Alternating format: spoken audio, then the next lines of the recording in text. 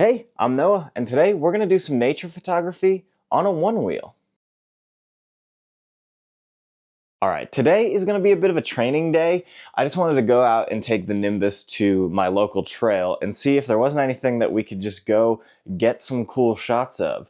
So I'm going to have the Osmo out, we're going to get some awesome footage, and then I'm also going to take the Sony a7 III out, and we're going to see if we can't get any cool pictures, might even try some long exposures, really all in the name of just getting some practice in. Because like I said, practice makes perfect. So if we can go out and just to our natural habitat and get some pictures taken, practice composition, practice editing, that makes us better. So let's do it.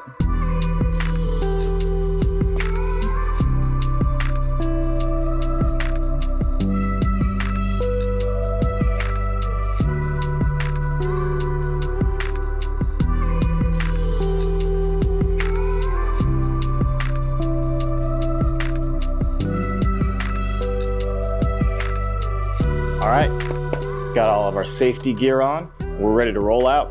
All right, we are cruising now. Once we hit the old trail, I'll catch back up with y'all.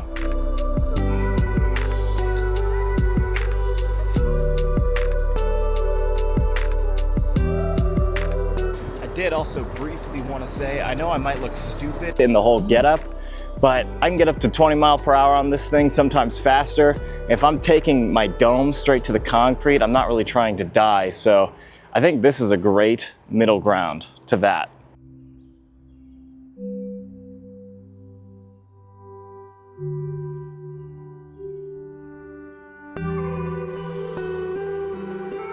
All right, we have made it to the trail.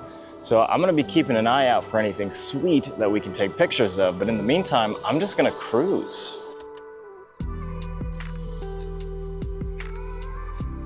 All right, I think we found our first spot that we're going to shoot today. I'm a really huge fan of the way that this sort of like stone lay is within these natural rock formations. So we're gonna get some pictures of these.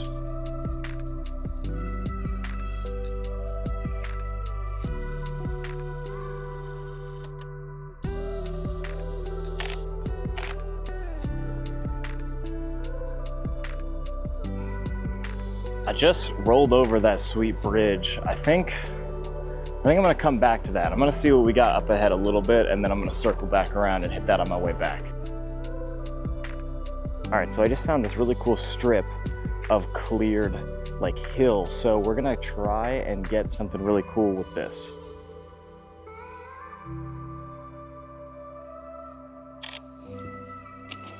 I think there's another clearing over this way, so we're gonna hike over yonder a little bit and see if we can't find anything cool over there.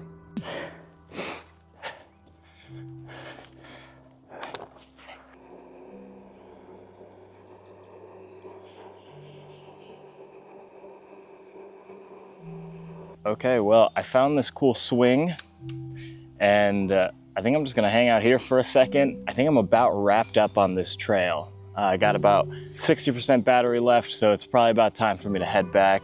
But we are gonna stop and hit that bridge on the way back because I have been thinking about it while I've continued riding on, and I think I got a cool idea, so we're gonna go hit that up next.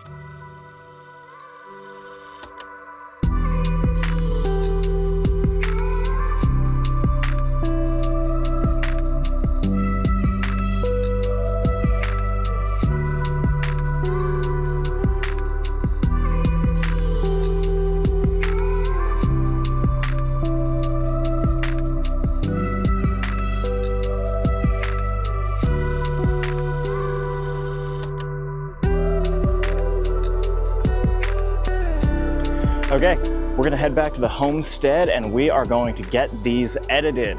We'll see what we got.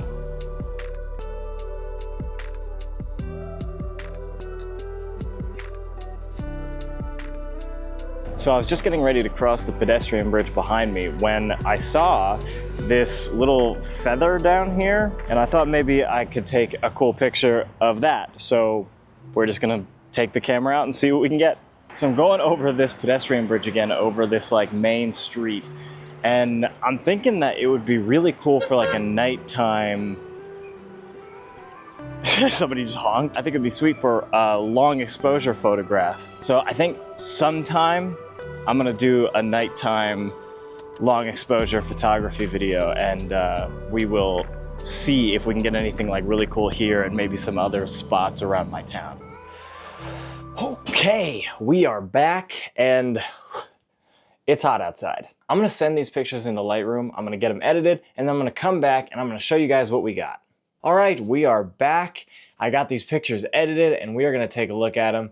I'm wearing a different shirt because it is a different day. Now, we weren't on the trail for very long, but what we got, I think, is pretty cool. So we're gonna go over the edited versions of these pictures and I'm gonna let you know my thoughts on them, as well as some of the inspiration behind my editing and why I did some of the things that I did. First up, we have that little hill with all the rocks on it. First up, we have this really nice close-up image of the rocks sort of going upwards towards the tree line up in the distance. I kind of used the trees as the horizon line as we are kind of creating this micro macro image. The focus is so depth, it looks like this is a macro image that is super up close and super small scale, but these are actually, as you saw in the original video, pretty big stones leading up towards this tree line. So I just thought composition-wise, this was a really interesting photo. And then of course, I really wanted to bring out those greens, which I personally like making greens a little bit more blue or a little bit more cyan, and then boosting that saturation a little bit. And then of course, I also wanted to bring some of the color out of those stones because I thought that they were just like a little bit too yellow, a little bit too green. So I pulled some of the colors out in an attempt to make them a little bit more just neutral, stand out less in contrast to the very colorful green background. The next photo that we have is in the same area, but is pulled out a little bit further so that we can get a look at these two big stones that are kind of creating a passageway for these inlaid stones. Now here, I just wanted to darken up the image a bunch. As you can probably tell, it's kind of warm, but it's also really dark. And the green of that moss that's on the side of those stones is really, really sharp and pronounced. And that's pretty much what I was going for with this image.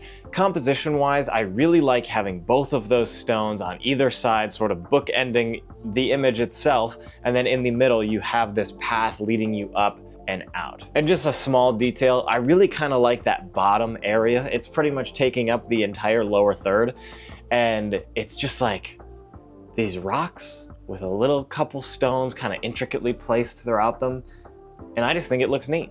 All right, moving along to the picture of that clearing that I got. Now this image specifically, I definitely didn't expose properly for the sky, and sometimes mistakes like that happen. And we can sometimes recover it in post. In this case, I think I did an okay job, but going forward, of course, checking your exposure, making sure that the sky is properly lit and that you're in focus and everything looks right, because when you get things in the editing software, it's definitely gonna look a little bit different than what it looks like on your viewfinder because it's reading raw images.